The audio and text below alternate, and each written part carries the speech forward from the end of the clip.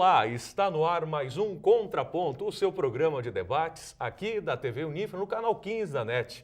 Estamos de volta em mais uma edição do nosso programa nessa semana para tratarmos de assuntos e temas importantes aí do seu interesse e do nosso interesse. Assuntos estes que nós elencamos ao longo da semana, escolhemos eu e também juntamente com os professores do Centro Universitário Franciscano para debatermos em ponto e em contraponto. E na nossa mesa, no programa de hoje, contamos com os nossos professores de sempre. À minha direita, o professor José Maria Pereira, ele que é do curso de Economia, e à minha esquerda, o professor do curso de Direito, Sandro Mainers. São os nossos colegas que estão aqui prestigiando o programa e nós vamos debater 3 temas, como sempre. Você que está em casa já está acostumado a acompanhar o nosso programa e nós temos para o primeiro bloco um dos temas que gerou polêmica, inclusive, aqui no Rio Grande do Sul. A votação de projeto que proíbe sacrifício de animais em ritos religiosos é adiado pela segunda vez. Este é o nosso primeiro assunto agora. Na sequência, depois do segundo bloco, vamos falar sobre um assunto aqui de Santa Maria. Concluir ou demolir o prédio, o famoso prédio da Avenida Rio Branco, aquela estrutura que está lá há muitos anos e que não se sabe qual será o destino. Depois, na sequência, no terceiro e último bloco, vamos relembrar e vamos debater e discutir quais são os efeitos que ainda existem do Plano Collor, que completa 25 anos em 2015. São essas as 3 pautas, os assuntos, os temas que vamos debater hoje, e vamos abrir com este assunto que mexeu aí com a estrutura da Assembleia Legislativa e também com algumas religiões, especialmente de origem afro. Um projeto apresentado pela deputada Regina Becker Fortunati, não é? Tentando eliminar ou tentando fazer com que não sejam mais utilizados animais em rituais religiosos de origem africana, professor Sandro. Esse é um assunto que eu acho que eu vou começar com o senhor agora, se o professor Pereira me permite. À medida em que há uma questão da legislação aqui do Código Estadual de Proteção aos Animais, não é? Que aonde a deputada está tentando, vamos dizer assim, buscar subsídios, né, à luz da lei, a partir da lei, mas uma advogada criminal ambiental, Alona Michels, defende a liberdade dos animais para uso religioso. Entretanto, há uma divergência se há ou não constitucionalidade nesse processo. E eu vou abrir o diálogo com o senhor para a gente pensar sobre essa questão. O senhor é a favor ou o senhor é contra ao uso do sacrifício de animais em rituais religiosos? Bom, em primeiro lugar, temos que destacar um fator muito importante nessa questão. A liberdade de crença, ela está protegida pelo artigo 5º da Constituição. É uma garantia fundamental do cidadão. Por outro lado, a própria Constituição, ao mesmo tempo em que protege a liberdade de crença, ela protege também a condição dos animais, a vida digna do animal, a proteção contra os maus tratos. A mesma Constituição também protege o aspecto cultural que envolve isso. Veja bem, essa questão do sacrifício de animais é de origem daquelas religiões afros. Né? E isso já é histórico no Brasil. Né? Os africanos chegaram no Brasil através dos navios negreiros, através do tráfico escravo, trouxeram essa religião consigo, parte da cultura desses povos. Um patrimônio cultural, né? Patrimônio cultural. E lá em 1830 já surgiu os primeiros terreiros, onde eles começaram a fazer já alguns rituais sacrificando animais. A legislação protetiva dos animais é muito mais recente. Talvez ela seja a partir da Constituição de 88, colocando a fauna e os animais dentro daquela questão do meio ambiente e aí a proteção constitucional.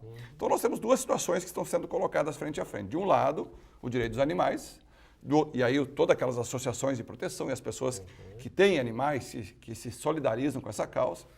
Na linha contrária, do lado oposto, nós vamos ter as pessoas que defendem a liberdade do culto e da religião. E aí nós temos esse confronto. E, na verdade, eu tenho uma posição no sentido de que, se o cidadão que usa, por exemplo, o animal para o trabalho, o sujeito que usa o cavalo para puxar sua carrocinha de trabalho, o cidadão que usa o animal para aquelas atividades no campo que são necessárias, e às vezes a atividade que é vista pelos órgãos públicos como uma atividade de maus tratos contra o animal é algo necessário para a sobrevivência de um núcleo familiar, para a sobrevivência de uma família. Se para essas pessoas o Estado olha e criminaliza o comportamento, por que não criminalizar também em relação a essa questão da religião? Então, eu pessoalmente acho que o sacrifício de animais, da mesma forma como é posta na Lei 9.605, que é a lei que protege o meio ambiente, que protege os animais, seria considerado crime de maus tratos aos animais. Então, acho que a necessidade dessa questão de, primeiro, regrar melhor, mas eu acho que talvez o regramento correto para ser constitucionalmente adequado teria que ser no plano federal. Talvez no plano estadual nós estivéssemos violando a Constituição. Não caberia ao Estado tratar sobre uma questão. Isso. Veja bem, tudo que tange ao direito penal é competência exclusiva da União. E nós estamos falando aqui em criminalizar ou descriminalizar um comportamento. E isso é tarefa do Poder Legislativo Federal, segundo o artigo 22, inciso 1º da Constituição, que a gente trata isso diariamente com os alunos em sala de aula. Pois é, professor Pereira, o assunto leva duas palavras-chave aqui. Uns dizem que é um sacrifício, e que esse sacrifício não seria, então, o ideal, mas para as religiões afro, ou pelo menos a matéria no qual nós nos baseamos, uma matéria que circulou aí pelos principais meios de comunicação aqui do Rio Grande do Sul, fala também em sacralização, ou seja, que o animal seria sagrado, considerado como sagrado, não é? E o professor Sandro muito bem defendeu no início essa questão, quer dizer, é um patrimônio cultural. Como é que o senhor enxerga isso? Olha, eu acho que o professor Sandro fez uma abordagem bastante feliz, assim, dos vários ângulos dessa questão, né? Dessa abordagem, antes de entrar diretamente nessa questão, que é um ponto de vista pessoal, né? As pessoas podem aceitar ou não, eu acho que seria, no mínimo, estranho, né, que nós tivéssemos uma legislação aqui no Rio Grande do Sul e no resto do país inteiro não tivéssemos essa legislação. Até porque em outros estados, eu imagino, né, que não é nem questão de folclore, mas no caso da Bahia ou do Rio de Janeiro, até por ter uma população muito maior e essas religiões, sobretudo porque a gente sabe que os escravos aportaram mais naquela região, na região Nordeste, por exemplo, ou mesmo no Rio de Janeiro, certamente o número de cultos que sacrificam animais é de uma proporção muito maior do que aqui no Rio Grande do Sul. Então, por que aqui no Rio Grande do Sul, que a nossa colonização, inclusive, não teve escravatura, basicamente, né? Tirando a região aqui de Pelotas, das charqueadas, praticamente não tivemos escravatura. E justo aquele estado onde não teve escravatura, ele vai criar uma legislação e que, digamos assim, abrindo um precedente em relação ao resto do país inteiro. Então, eu acho que essa questão do projeto em si, o primeiro ponto é por que surgiu esse projeto aqui, né? Se não é uma questão, por exemplo, uma motivação pessoal da deputada, né? Ou se realmente, eu suponho que geralmente quando o deputado apresenta um projeto, ele represente uma aspiração de uma parte importante da sociedade. Então, eu vejo primeiro assim, um vício de origem nesse projeto. E, em segundo lugar, como o Sandro abordou, eu acho que existe uma cultura que evolui na sociedade, né? Obviamente, quando esses escravos vieram com esses cultos, o Brasil também era um outro país e muito mais atrasado do ponto de vista de proteção aos animais, né? Então, a sociedade evoluiu e aí é que eu acho, né, que em um determinado momento, esse projeto, eu acho que se ele for expandido numa discussão mais ampla a nível nacional, para realmente tentar fazer com que encaixar essas religiões, não sei se isso é possível, sem prejudicar a questão religiosa, né, mas que possa ser feito algo que não sacrifique os animais. Eu não sei se é possível, mas eu acho que nós vamos ter que chegar a esse ponto, porque, na verdade, a gente olhando, tirando o aspecto religioso, isso parece uma barbárie. As entidades religiosas, me permita, elas defendem que a atividade, a ação, o ritual, né, aquele momento religioso ali, é um culto, não é? E que há uma especificidade a partir da fé e da crença naquilo. Diferente da utilização dos animais, professores, nas esquinas, as entidades religiosas dizem que o animal que é colocado na encruzilhada, enfim, aquilo que a gente enxerga às vezes na rua aí, como pipoca e outros produtos ali, não teriam nada a ver com esse tipo de sacrifício. Quer dizer, seria uma outra atividade que não se constituiria como um sacrifício de animais a partir desta crença, dessa fé. Mas o resultado é o mesmo no final. Bom, não sei. E uma questão... Não, do ponto de vista do animal morto, né? E uma questão que chama atenção também nessa questão do sacrifício de animais, vamos pegar os animais que são utilizados em pesquisas. né? Há toda uma discussão se o animal não passa por uma situação de maus tratos. E nas pesquisas, a finalidade é o quê? Produzir medicamentos, produzir estrutura médica, clínica adequada para tratar o ser humano. Quer dizer, pesquisas feitas com camundongos, com outros animais, elas objetivam salvar vidas. Né? Claro. E aí já há todo um questionamento de que isso caracteriza maus tratos. E nós estamos colocando em frente dois bens jurídicos protegidos constitucionalmente, né? A vida das pessoas e a questão dos animais. E nesse caso nós vamos colocar frente a frente o patrimônio cultural, né? Vamos colocar a liberdade de culto, que obviamente acho que tem que ser respeitada. Tem uma questão de maturidade, de evolução de um povo, é tu ter essa liberdade de culto. Mas aí também tem que ter limites. A meu juízo, nós precisamos de limites. E o sacrifício de animais me parece que atenta contra essa questão, vamos dizer assim, do tratamento que a Constituição mesmo dá aos animais, preservando as espécies, contra sacrifícios, contra maus tratos, mutilações, ferimentos, ou seja, atos abusivos que causam sofrimento. Eu acho que o credo em si é difícil. Eu não teria condição de discutir, até porque conheço muito pouco, muito difícil. Né? Quer dizer, isso é uma coisa que os escravos e seus descendentes herdaram, né? E hoje, claro, se espalhou pela sociedade, não são só ex-escravos ou descendentes de escravos, né? Não vem dessa linhagem, né? Então tem pessoas de todas as etnias que praticam essa religião. Agora, o que eu acho que a gente se for olhar, o resultado prático realmente é a morte do animal, entendeu? Seja por que motivo for, né? O fim acaba sendo esse. Né? O meio, eu acho que a questão, nós podemos discutir a questão do meio, mas o fim é esse. Né? Lá no final, seja por motivos religiosos, né? Ou não, o animal sofre sofrimento. Né? Então, aí nós teríamos que olhar para o lado da justiça mesmo do processo. Né? Mas é complicado. Né? Se a gente olhar para o lado de fé, não tem como a gente dizer se isso é certo ou não. Né? A proposta do deputado ainda passa pela Comissão de Constituição e Justiça. Aí tem uma questão também. Para aí ir à votação, professor Santos. Eu entendo que quem deveria trabalhar sobre essa temática, quem deveria regrar essa temática, normatizar isso seria o Congresso Nacional, me parece, porque aí nós vamos estar tratando uma possibilidade de criminalizar ou descriminalizar. Isso é muito parecido com a discussão que houve há um tempo atrás com relação às chamadas rinhas de galo. Não quero comparar a rinha de galo com a questão religiosa, acho que são coisas muito diferentes. Mas é uma questão da cultura também, do gaúcho. Né? E aí muitos municípios tentaram, vamos dizer assim, normatizar, dizendo, olha, dentro do CTG, e a Câmara de Vereadores não era o parlamento não é o lugar ideal. Adequado para isso, então, inconstitucionalmente incompetente para legislar. E eu acho que, nesse aspecto, quem deveria legislar era Brasília, porque o Estado, a Assembleia Legislativa não tem competência para isso, a meu juízo. E mais uma coisa, isso me chamou a atenção, né, porque é uma coisa curiosa, a gente vê manifestações de todo tipo, né? Mas essa manifestação tem sido recorrente, eu acho que já 2 ou 3 vezes fechou ruas importantes de Porto Alegre. Eu, pelo menos a primeira vez que eu ouvi alguma coisa sobre isso, estava escutando um jogo de futebol e o repórter disse que estava bloqueado, não podia chegar ao estádio porque havia um tumulto, e aí ele disse, né, e o locutor disse assim, mas um lugar adequado de protestar não seria lá na Assembleia Legislativa, ao invés de fechar as ruas e tal? Mas então, não necessariamente. Então, quer dizer, é para criar uma consciência, né?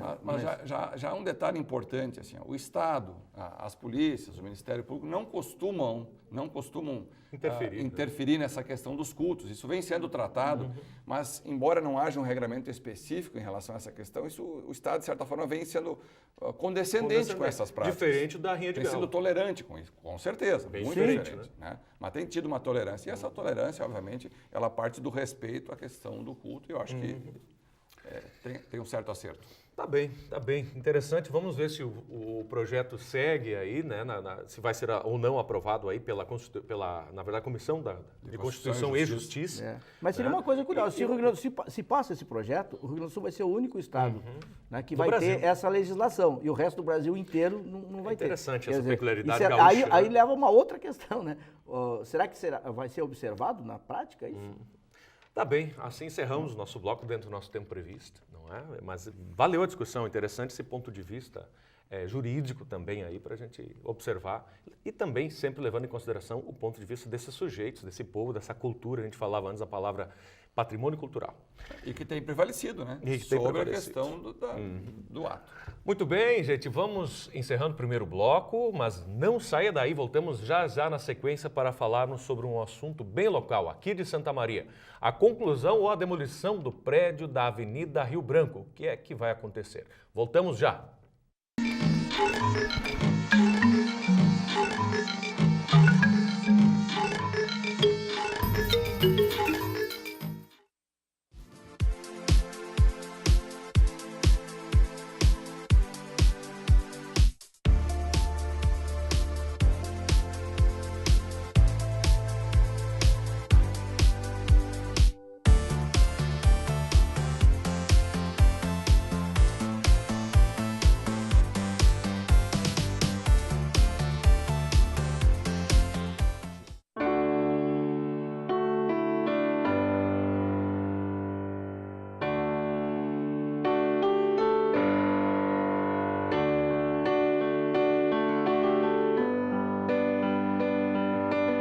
E no fim de tudo, Pipa e Vento, num belo momento, vão chegar ao céu.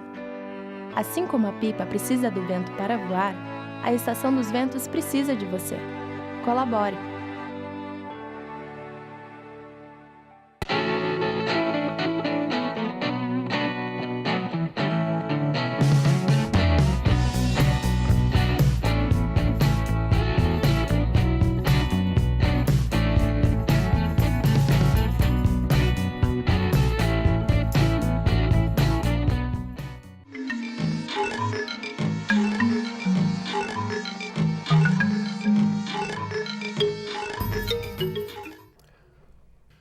Muito bem, de volta para o segundo bloco do Contraponto, agora para debatermos a conclusão ou a demolição do prédio da Avenida Rio Branco. Professor Pereira, agora começo com o senhor. A gente diz prédio da Avenida Rio Branco porque parece que a comunidade santamarense já sabe do que estamos falando. Quer dizer, parece, porque talvez uma e outra pessoa que esteja morando aqui há pouco tempo não saiba. Mas existe um prédio aí há muitos anos na Avenida Rio Branco, inconcluído. É uma espécie de marca da cidade, eu diria uma marca, pessoal minha, negativa, porque o prédio é abandonado há muito tempo. Visualmente, né, e arquitetonicamente não é interessante, né, aos nossos olhos, aos olhos da comunidade e de quem vem de fora, o professor Santos também acho que não é, porque a Avenida Rio Branco recebeu uma revitalização nos últimos tempos, nos últimos anos. Ela ficou muito bonita, por sinal, vale o elogio, inclusive ao poder público, é importante que a gente faça essa ponderação também. Há uma preocupação da comunidade em revitalizar, em fazer com que aquele ambiente, aquela rua tão antiga e tão importante, onde tudo começou, podemos dizer assim, junto com o acampamento, etc., né, aquela região ali da cidade. Sim. Mas há um patrimônio ali, e nós discutimos antes ainda aqui, né, antes de começarmos o programa, não se sabe muito bem de quem é esse prédio, se foi de iniciativa privada ou o poder público embargou essa obra. Agora fica aquela questão, o prédio está aí, o que fazer com ele, professor Pereira? O que o senhor acha? Nos conversados que eu perguntei, além do que saiu nos jornais essa semana, eu não tenho muita informação, talvez até o Sandro nos ajude nessa direção, né? Eu, apesar de morar muitos anos em Santa Maria, não sou de Santa Maria, não sei exatamente o que aconteceu, que esse prédio chegou naquela situação e menos ainda porque a prefeitura é que agora tem que tomar. Eu não sei se o Sandro tem essa informação. Com relação à origem. A origem do prédio, eu acredito que é uma origem particular. Que aquilo ali assim como o professor Pereira, eu também não sou de Santa Maria. Né? Eu também não sou.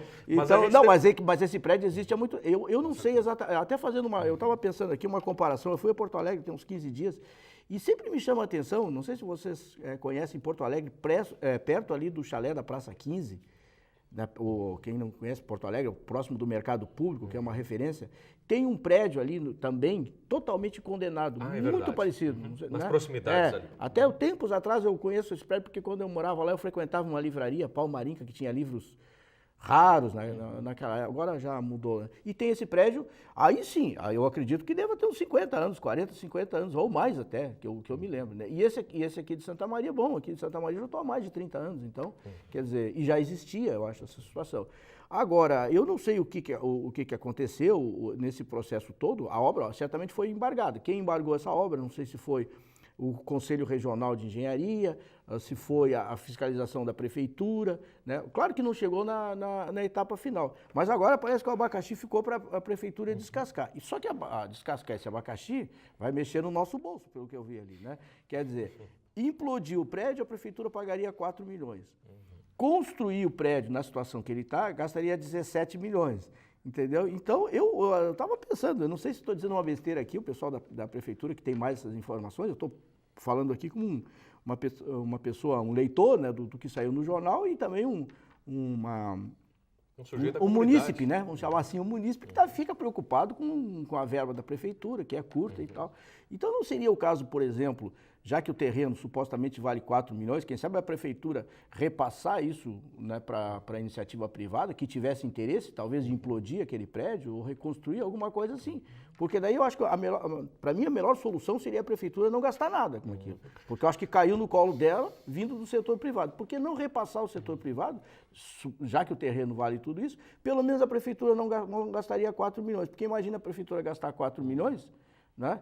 E ficar com aquele terreno ali também sem fazer nada. Ou pior ainda, gastar 17 a perder de vista para construir. Então veja que é uma situação...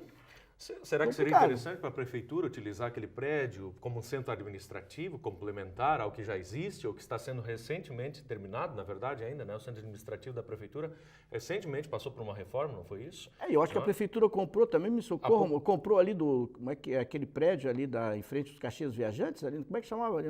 Eu não tenho informação. Aonde fica agora, acho que o gabinete do prefeito, a sede? Sucevê, comprou, eu acho, a prefeitura. Que eu sei, a prefeitura comprou. Adquiriu, né? O gabinete do prefeito funciona ali? Funciona ali o gabinete do prefeito. Sim, e a prefeitura, em relação ao prédio que tinha antes, também aumentou. Quer dizer, por que um outro prédio lá? Entendeu? O que o senhor acha, professor Sandro? Concluir o prédio, demolir, tentar encontrar uma outra alternativa com a iniciativa privada? O que nós temos ali, e o professor Maicon falou muito bem, esteticamente ele estraga o visual da Avenida Rio Branco, né? Já que se trabalhou tanto para melhorar, e melhorou muito, né? Aquela retirada do comércio ambulante daquele local, a melhorada das fachadas de alguns prédios. Inclusive a segurança pública, podemos destacar. Com certeza. Né? Porque a melhoria fez com que há uma circulação maior de pessoas também. Há um fluxo maior, as pessoas se interessaram mais em voltar à Avenida Rio Branco, a participar do comércio da Rio Branco, e isso também garante um pouco de segurança, não é? Onde passa a gente, fica mais seguro. Exatamente. Ou estou na contramão, professor? O espaço ocupado pela sociedade, ele é sempre mais seguro. Ele afugenta o malfeitor, afugenta o criminoso, afugenta o vândalo. Então, quando a população ocupa, ela afasta esse tipo de pessoa que procura locais inóspitos, locais não bem tratados pelo poder público, não ocupados pela população. Mas essa questão me parece bastante interessante. Nós não sabemos a origem, mas a prefeitura tem que resolver. O custo da demolição seria algo em torno de 4 milhões. E a estimativa que o terreno tem um valor similar a esses 4 milhões. Então a prefeitura gastaria um valor com questão ainda, veja bem, ainda tem a questão do risco, né? Uma implosão do prédio, uma demolição do prédio, com eventuais danos aos terceiros, às pessoas que residem ou têm propriedades naquela região da cidade, isso geraria responsabilidade do poder público municipal, responsabilidade da população. A população teria que arcar com esse custo depois, porque o município paga, a população acaba pagando. Mas aí, Sandro, me permita a interferência.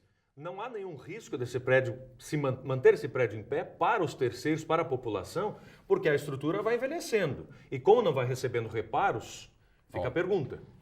O que eu posso... Tem dois riscos eu não aqui, tenho então. conhecimento de causa aprofundado nessa questão. O que eu vi também foi através da imprensa. E uma coisa que me chamou a atenção desse fato é que foi dito na matéria que houve um laudo técnico que avaliou e que ele tem condições de ser acabado, né? Agora temos que verificar se esse laudo técnico efetivamente é confiável, como ele foi feito, como é que está essa estrutura, quem fez. Agora, obviamente que o município, acredito eu, não tenha condições econômicas de fazer a conclusão desse prédio. Talvez a melhor opção seria uma parceria público-privada. Quer dizer, o poder público juntamente com investidores privados, e aí teríamos que ver para que finalidade isso seria utilizado, se o poder público, o professor Pereira falou bem, né? Precisamos? O poder público precisa dessa estrutura? Quer dizer, se não precisa, talvez fosse o caso de vender. Será que se poderia vender? Pois é, mas a questão seria o antes ou o depois. Eu acho que o que o Sandro falou, também eu concordo, a ideia de uma parceria. Né? Mas o que está sendo colocado seria o seguinte, bom, digamos que a prefeitura resolva implodir. Ela vai gastar 4 milhões. Como ela vai se ressarcir? Se ela vender esse terreno por 4 milhões. Aí a questão é, eu não tenho conhecimento, será que vale mesmo 4 milhões de terreno ali? Né? Haveria condição, se repassasse isso para o setor privado, digamos, o setor privado poderia fazer por um valor menor, talvez conseguisse fazer, se interessaria fazer, porque a gente sabe talvez que tudo... vender a estrutura toda. Pois Porque a gente sabe que tudo que é feito para o setor público tem licitação. O setor privado poderia e fazer havendo o quê? licitação, o pessoal já bota um pouquinho a mais, entendeu? Porque vai receber lá na frente. Então, talvez o fato seria repassar para o setor privado isso, né? E eu não sei direito como fazer, mas eu só acho que colocar mais dinheiro público nesse prédio... Talvez não seja interessante para o município. Eu acho que não. Quer dizer... A iniciativa no princípio, privada poderia utilizar no uma princípio. série de questões ali, podemos E discutir porque isso. depois que a prefeitura implodir aquilo ali e gastar os 4 milhões, aí daqui a pouco fica com aquele terreno lá, que é um outro problema para conseguir vender aquele terreno. E aí acaba vendendo por 2 milhões, que seja, digamos assim. Pois é, Aí vão porque ter prejuízo vai igual. vender para uma construtora, daqui a pouco construir um prédio residencial, ou... Bom, lugar para hotel, Aliás, não seria um lugar para hotel, talvez, aquele ali? lugar ali não é muito próprio para construir prédio residencial. Pois é, eu acho não é que muito também adequado. está muito adequado. Quer dizer, É um lugar comercial, É. né, gente? A Avenida Rio Branco como um todo é um local É um local comercial. comercial. o terreno não é grande o suficiente para fazer Uma garagem, por exemplo, shopping daqui a pouco. ou alguma coisa assim, que aí poderia, eventualmente, no centro da cidade até seria interessante. Mas aí a questão, como ele está estruturado, É. eu entrei uma vez nesse prédio em virtude de que haviam invasores nesse prédio e numa ação que nós fizemos do trabalho lá da polícia, nós entramos lá para procurar um indivíduo que morava ali e que estava envolvido. Então haviam famílias residindo ali. Eu não sei mesmo? se essas famílias estão ali, coisa, hein? haviam invadido e estavam residindo nos primeiros andares desse prédio. Depois teria tido uma ação para retirar essas pessoas dali. Eu não sei como é que está a situação hoje, mas é um outro problema também, né, que vai ter que ser tratado. Agora, me parece desinteressante colocar dinheiro público nisso aí, porque eu acho que a prefeitura vai ter pouco retorno com essa questão. É o meu ponto Tá de bem, vista. eu acho que a gente, mesmo com um pouquinho de tempo, eu acho que nós encerramos essa questão à medida em que nós não conseguimos evoluir, há ainda uma dúvida, não é? A própria prefeitura ainda está pensando sobre isso. Muito bem, vamos encerrando assim o nosso segundo bloco, para que nós possamos ir à sequência e falarmos sobre Plano Collor. O Plano Collor completa 25 anos e muita coisa, né, nesses 25 anos aconteceram e ainda acontecem. É sobre isso que nós vamos debater já já. Não saia daí. Esse é o Contraponto no canal 15 da NET.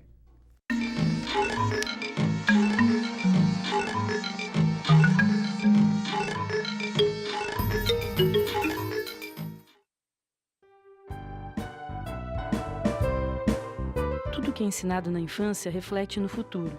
Por isso, o projeto Acorde com Arte atende crianças que dependem da sua ajuda para aprender ainda mais sobre arte e educação.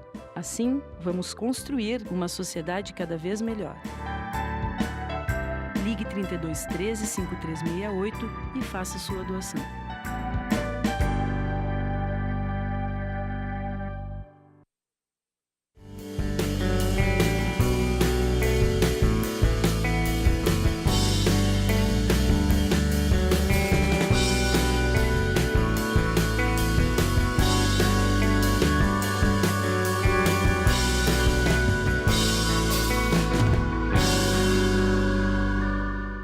Inocência e energia que marcam o nosso dia a dia.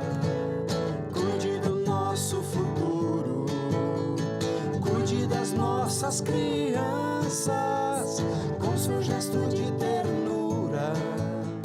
Santa Maria avança. Seu gesto pode mudar a realidade de muitas crianças. Colabore com a escola Nosso Lar.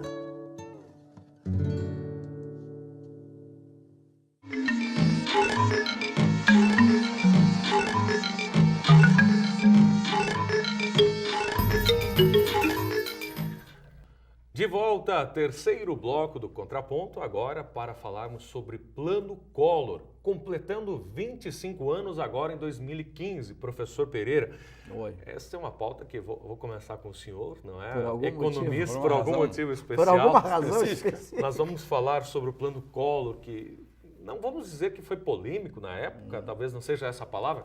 Eu vou deixar que o senhor adjetive o Plano Collor, mas assim como os outros planos, ele foi importante para a comunidade, pelo menos para aquela época, teve os seus trouxe os seus benefícios à sociedade brasileira, mas os resquícios talvez não sejam tão interessantes. Os resquícios agora, em 2015, 25 anos depois, professor Pereira. Sim. Qual é o seu ponto de vista a respeito disso?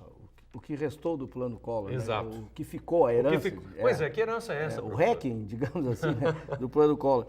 Foi dia 16 de março de 1990, então já completou os 25 anos, né? E os jornais até eu acho que noticiaram mais timidamente, né, pelo impacto que quem viveu, eu por acaso vivi, acho que o Sandro também, né? Sim. Eu também. Não sei, né? Uns mais jovens, outros um pouquinho menos, né? Mas realmente foi a gente teve uma palestra aqui na Unifra semana passada e eu dei uma pesquisada na internet e olhei algumas manchetes de jornais que saíram da revista Veja, né? E aí tu perguntou o que foi para mim adjetivar, né? Numa manchete que eu me lembro agora do Jornal do Brasil, a expressão usada na primeira página era terremoto, né? Um terremoto sacudiu o Brasil e tal, não sei o quê. E foi uma coisa assim, porque o Collor era o primeiro dia de governo dele, né? E o primeiro dia ele larga uma bomba, na verdade, né? E aí, com toda aquela mise-en-scène dele, né? Quer dizer, ele atravessa a Praça dos Três Poderes e vai levar o plano para entregar no Congresso, né? E na época ele tinha, na mídia, principalmente, ele tinha todo o apoio da Rede Globo, principalmente, né? Sim. Um apoio incontestável, né? Mas o que foi, então, exatamente, né? O pessoal até hoje é traumatizado com o confisco da poupança, que foi o principal, né? Mas, na verdade, o plano Collor, ele foi assim, é uma espécie de um laboratório que nós tivemos desde 1986 com o plano cruzado, né? De tentar controlar a inflação, porque aquelas medidas de economia, política econômica clássicas, elas não davam resultado. E cada vez, né, a inflação se acelerava mais. E então nós tivemos o plano cruzado e fez aquele experimento do congelamento de preços, né? Que obviamente não podia dar certo porque revogou a lei da oferta e da procura. Então isso não podia dar certo. Deu até pelo oportunismo político na época do Sarney, que era o presidente do PMDB, que acabou ganhando as eleições de uma forma avassaladora, empurrou com a barriga o plano e depois nós tivemos, na sequência, nós tivemos depois o plano Bresser, né? Depois nós tivemos o plano Verão, que nós tivemos, e depois finalmente o plano Collor, que na verdade a gente fala, só foi o Collor 1 e o Collor 2.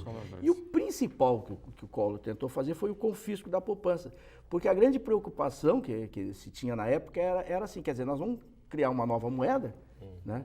Que ele trouxe de volta o cruzeiro, substituindo, se não me falha a memória, o cruzado novo que tinha naquela época.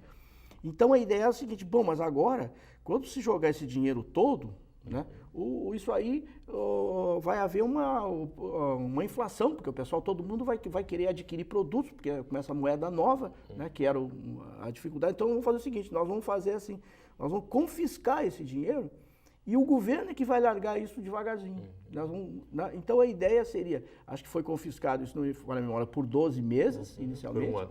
Por um ano. E depois isso ia ser devolvido, se não me falha a memória, em 18 meses, parceladamente, entendeu? Então a ideia do governo, não quero usar muita economia aqui, mas seria controlar a liquidez da economia. Então, quer dizer, não foi um ato de insanidade do Collor, tinha argumentos econômicos, era um laboratório, como eu estou dizendo, testes, né, que acabaram gerando, o plano Collor não deu certo, né, mas o plano cruzado acabou corrigindo o defeito principal do plano Collor, que foi a criação de uma moeda que propiciasse uma saída da moeda má para a moeda boa, que foi o plano real, desculpa, eu falei, qual que eu falei? Cruzado.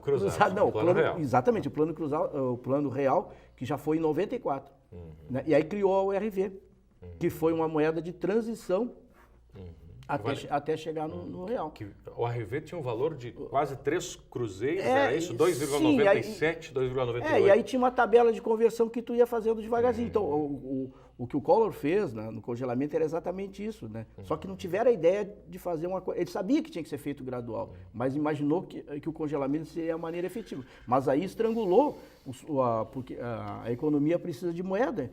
Então o sistema de pagamentos da economia ficou estrangulado. Os bancos, não sei se vocês estão lembrados, mas os bancos, às vezes, se tu chegava para fazer um saque apesar que o saque era limitado. Era bem limitado. É bem limitado. Na verdade, só podia sacar até 50 mil. 50 mil cruzeiros cruzados novos, não? Cruzados novos, não, cruzados Era novos, cruzados que era a moeda novos, antiga, que era a moeda Exato. antiga. Então só podia fazer isso. Mas mesmo assim, os bancos não tinham dinheiro, tinha que fazer fila, depois voltar no outro dia, não sei o que quer dizer. Em resumo, erraram na dose. O senhor lembra desse plano ainda? Completa 25 anos, o senhor tem uma ideia? Ele afetou o senhor, professor Sandro, naquela época? Naquela época eu era muito jovem ainda, né? Estava Garoto. ingressando nos bancos acadêmicos, né? Mas eu lembro. Da onde, professor? A curiosidade, onde é que o senhor se formou? A graduação? Eu me formei aqui em Santa Maria, na Universidade Federal de Santa Federal Maria. mesmo. E o senhor é natural da onde? Eu sou natural de Santa Rosa. Curiosidade apenas, porque o senhor dizia antes não é de Santa Maria, eu fiquei na dúvida se era realmente de uma região germânica também. Exatamente, né? Mas o que eu lembro do plano Collor é que, na verdade, esse plano ele foi aproveitado algumas questões. Primeiro, a Zélia, né, que é a mãe do plano, né? Na verdade não era o Collor, né? Era a Zélia, que trouxe essa ideia já não era uma ideia exclusiva para o governo Collor, né? Ela seria uma ideia que queriam aproveitar. Já vi numa A sequência Zélia era de ministra da discussões, Economia, né? Exatamente, Zélia Cardoso de Mello. Zélia Cardoso de Mello, estava procurando o sobrenome dela. E o outro lado é que o Collor ele chegou com um aporte muito grande, né? Ele chegou com a crença de que ele tinha o rótulo, né? O caçador de marajás, né? Salvador, né? Salvador da pátria. A mídia, e principalmente a Rede Globo, dava um enfoque muito grande a essa questão. A juventude dele, né? A capacidade de renovação e de inovação do modelo de economia. Né? Se acreditava muito que as coisas iriam mudar. E tanto é que, na época, a população não reclamou. Né? Houve esse plano, né? Todo mundo, eu mesmo tive uma conta afetada, eu era um estudante, Todo né? mundo Todo mundo teve conta afetada, e o dinheiro ficou paralisado lá. E isso, de certa forma, num primeiro momento, estagnou a economia, né? Paralisou completamente o mercado, porque ninguém tinha dinheiro para nada, né? Era uma questão muito difícil. Era difícil até fazer compras em supermercados. Mas a inflação acalmou com isso, professor? Não, na verdade, ela deu certo durante aquele muito ano. pouco tempo. Pouco tempo, Mas, né? mas veja só, alguma coisa precisava ser feito mesmo. A gente pode hoje, à distância, olhar isso com mais serenidade, né? Porque aquela época realmente A inflação, ela oscilava muito naquela época, mas a com o inflação, cruzado novo. Sim, mas a inflação vinha.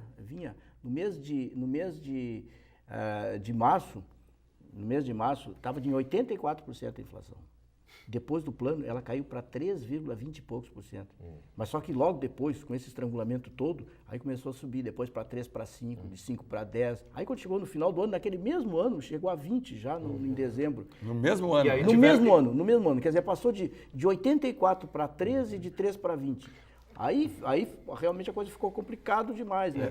E esse plano, até hoje, ele produz reflexos na economia. Pois é, tem gente que recebe... Bom, que reflexo o senhor diria? A questão, por exemplo, do FGTS, né? As contas dos trabalhadores que tinham fundo de garantia por tempo de serviço. Eu ia dizer que tem gente que recebe hoje ainda, não é? Exatamente. Que ingressa na justiça em busca desses recursos. Tem pessoas que estão litigando judicialmente há muitos anos e agora estão cobrando esses valores, essas reposições dos valores sobre os indexadores que foram Inclusive colocados. na poupança, em outras aplicações financeiras, Exatamente. porque se discute é que porque o plano foi dia 16, né? E aí tem esse... Dia 16, tem um intervalo até o final do mês, é esse isso? intervalo dessas 2 semanas, que até hoje é o que se discute, isso reajustado em cascata, segundo se diz, aliás, não só do plano Collor, outros... Plano Bresser também. O Bresser também. Hoje essa questão está no STF. Exatamente. E sempre que ela vai ser julgada no STF...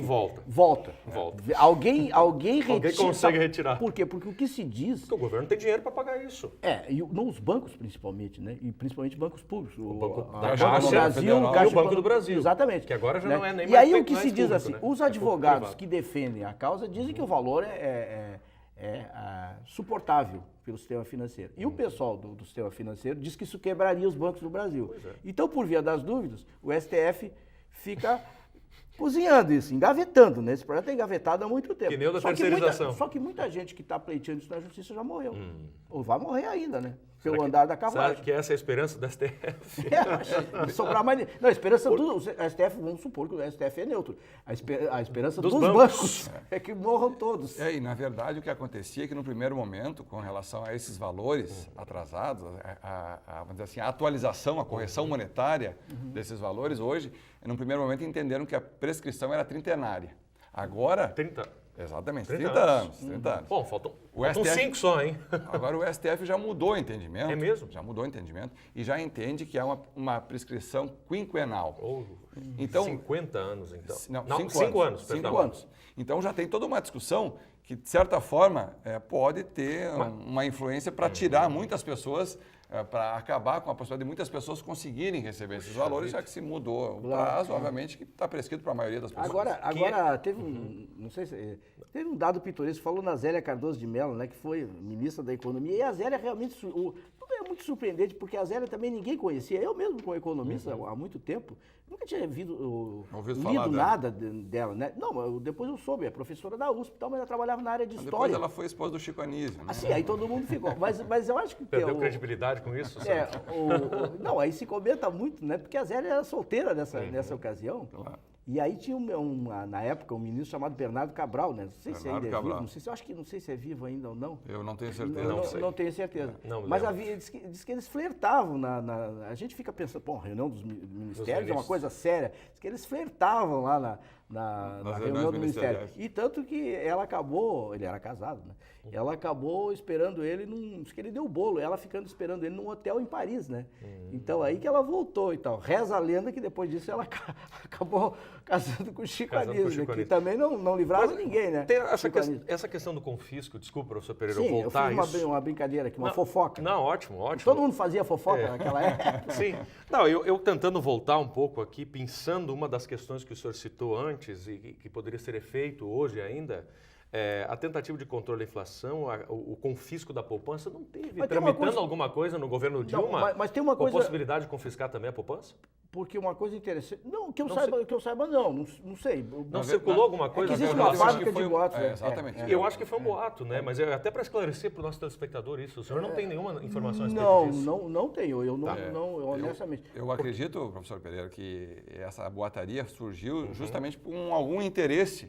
Porque, veja bem, a economia já está mal, nós estamos vivendo uma crise econômica. Aí sai um boato desse, a tendência é o quê? Que a população vá ao sistema financeiro e retire o dinheiro de lá. Todo o dinheiro da poupança e guarde no colchão. Porque quem viveu aquilo tem medo do confisco. Claro. Tem medo do confisco. Claro, receio, mas olha, vamos colocar as magnitudes, né? Como eu disse antes, nós tínhamos uma inflação, antes do plano Collor, de 84% ao mês. Né? Hoje, nós temos uma inflação de 1,20 e poucos ao mês. Anualizada 8,13, se não me falha a memória, entendeu? Quer dizer, então essas coisas não são comparáveis. Talvez tenha sido um mal necessário naquele momento para mudar o panorama econômico. Óbvio, alguma coisa tinha que ser feita. Então, eu acho que se coloca muita ênfase num aspecto específico, que é o confisco da poupança. O que eu quero dizer é o seguinte, ela tinha uma lógica econômica, mas acontece que uma medida de política econômica depende da reação da sociedade. E, às vezes, da dose, é que nem um medicamento. Se tu errar na dose, vai ter efeitos colaterais. Mas aí fica a pergunta, e esse confisco hoje caberia? Seria interessante para recuperar a economia brasileira? Não, eu pergunto, a sociedade mudou, é um outro momento do Brasil. Não, mas o confisco ele não tinha essa função eu pessoalmente não acredito nessa ideia de que o governo recupera a economia, entendeu? O governo pode dar um empurrãozinho se ele tiver recurso para fazer gastos e o setor privado acreditar que as expectativas, expectativas para o futuro são favoráveis. Perspectivas, melhor dizendo. Peraí, vamos explicar para o nosso telespectador. O senhor disse uma frase ali que me incomodou agora, professor. Me permite, o senhor disse, eu não acredito que o governo recupere a economia. O que o senhor quer dizer com isso? Eu quero dizer o seguinte, porque essa história do governo fazer déficit, né, e aumentar o gasto público, isso só funciona porque o governo tem capacidade limitada por conta do orçamento. Só funciona se o setor privado acreditar que a economia vai se recuperar, e aí sim vai haver um efeito multiplicador. Eu estou falando bem no estilo keynesiano, né, que vai funcionar. Agora, eu não acredito nessa ideia, se o setor público não tiver credibilidade, por exemplo, hoje, eu acho que se o governo resolvesse gastar e fizer obras, como aliás já fez na Copa do Mundo, porque se fosse assim, quando fez agora a série de obras na Copa do Mundo, o Brasil hoje devia estar de vento em popa. E a gente vê que, na verdade, o crescimento é muito baixo. Eu acho que depende do setor privado. O setor privado é o investimento principal, não é o público, é o do setor privado, na minha opinião. Porque se o setor público for sozinho, só vai gerar déficit. Esse é o ponto. Mas eu queria dizer um negócio, só uma última coisa em relação ao plano Collor, interessante. Porque o que interessa, o que seria útil para os dias de hoje, né? Uma coisa interessante, por exemplo, tem um projeto no Congresso, que é da oposição, de redução do número de ministérios. Para 20, né? Hoje E é do Eduardo Cunha o projeto. São 39, né? São Hoje são 39. E ele 39. queria para 25. O projeto dele e já foi Pra votado 20. negativo na Pois é, semana passada. mas isso foi uma das coisas que pouca gente lembra, mas o Collor fez. O Collor reduziu, acho que uma dúzia de ministérios, no máximo. Mas é que a ideia do Collor era o enxugamento da máquina pública, Sim. né? Demissão de servidores, Claro. até teve algumas coisas que foram mal feitas que os servidores conseguiram depois, né? Reverter. a Aumento situação, dos né? impostos, ele aumentou o IOF, inclusive. Exatamente. Né? Mas tem um detalhe que dá para a gente recapitular. Eu acho que o setor automotivo brasileiro e o setor da área de informática cresceram muito com a abertura De que foi mercado feita exterior. no mercado exterior. Do mercado O exterior. importante, havia É esquecido verdade. disso. Nós Ele dizia que vivíamos- os carros eram carroças, os Olha, carros brasileiros nós- eram carroças. Nós vivíamos a idade da pedra. Olha, nos últimos 5 minutos nós praticamente defendemos o Collor aqui, não foi? Não, eu Ficou acho, interessante. eu, o eu debate. acho que hoje a gente tem uma O distância. único e impeachment no Brasil, mas nós estamos defendendo o homem Não, aqui. olha, se a gente continuar nessa linha, impeachment por Nós impeachment, vamos hoje longe. tem coisas muito piores do ponto de vista de corrupção do que tinha naquela época. Porque o Collor teve um impeachment por conta de um Fiat Elba, que hoje ninguém aceitaria. Ou porque fez uma reforma nos Jardins da Dinda. Isso hoje parece coisa de Hoje é criança, brincadeira, entendeu? né? É brincadeira. Hoje é comparado com a Lava Jato. Né?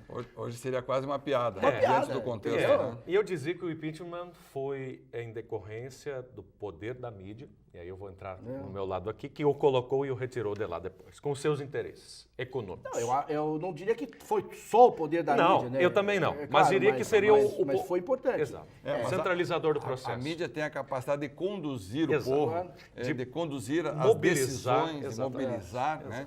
Não, porque Isso- se vai, Eu chamaria de controlar, porque nós vamos buscar lá porque- nos autores nos Foucaults da vida, lá o porque poder de controle eu acho muito do interessante, campo mediático. Viu, É muito Michael, forte isso. Sandro, eu acho muito interessante, hoje o pessoal fica nessa disputa de contar quantos manifestantes, né?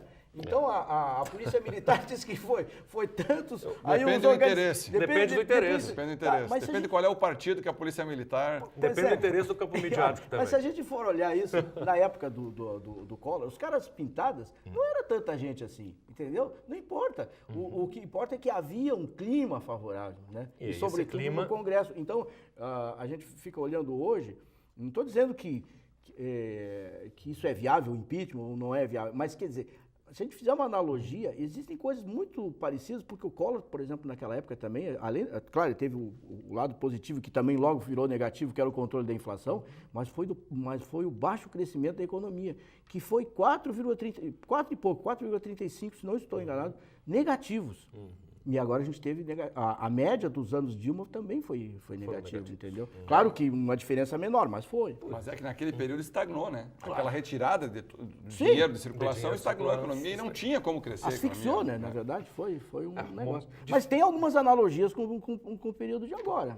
Né? Isso sim. bem, eu acho Lições, né? Lições da época. Muito bem, assim nós vencemos os assuntos, eu acho que fizemos um bom diagnóstico do plano Collor aí, inclusive com elogios. Limitada a nossa capacidade, né? Limitada a Dentro capacidade, dos limites, dentro dos limites de lembrança. Conhecimentos Do empíricos pouco, sobre a que, economia. do Nossa pouco mente. que eu sei de economia. Muito bom. Olha, Olha só o que nós Vanessa. temos que ouvir Limitado. para finalizar o programa. Que sobra para nós. Pois é. Mas não, é muito Não, difícil. não, mas acho que ficou muito interessante para o nosso telespectador. Certamente ele reavivou momentos interessantes ou não daquela época, não é? Sim. E nós encerramos assim. Aliás, a nosso Zélia diálogo. mora nos Estados Unidos até hoje, nunca mais voltou. Por que será? Gente, obrigado, professor Sandro, professor José Maria Pereira, mais uma vez por esse debate, essa nossa conversa semanal aqui no Ponto e Contraponto, esse programa que vai ao ar aí em diversos horários na TV Unifra, no canal 15 da NET. Obrigado à equipe da TV e também a você que está em casa e nos prestigia semanalmente nesse nosso diálogo, esse momento especial. Nós estamos no ar em diversos horários, eu sempre lembro isto, mas especialmente nas quartas, nas sextas e também no domingo à noite, às 10 horas. É um momento que nós temos um encontro marcado com você. E também estamos disponíveis, este programa é gravado e fica no YouTube, na mídia social, na internet. Você que quiser acessar o YouTube, fique à vontade lá. É só você acessar o canal da TV Unifra e procurar pelo programa Contraponto. Você pode deixar lá a sua sugestão de pauta ou a sua crítica ao nosso programa, a crítica aos nossos componentes ou até a mim mesmo, por que não? Obrigado e fica o convite para nos prestigiar durante essa semana e também lá no outro programa. Até mais. Tchau, tchau.